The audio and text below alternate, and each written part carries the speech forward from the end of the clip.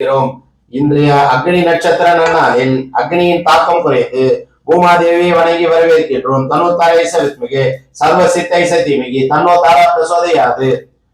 ஆகாசத்தை வணங்குகிறோம். ஆகாசாய வித்மிகே நமோ தேவாய தீமிகி தன்னோ ககன பிரசோதயாது. ஆகாசத்தை வணங்கி வரவேற்கின்றோம். ஆகாசத்திலிருந்து மழை பூமியில் பொழியட்டும். ஓம் ஆகாசாய வித்மிகே நமோ தேவாய தீமிகி தன்னோ ககன பிரசோதயாது.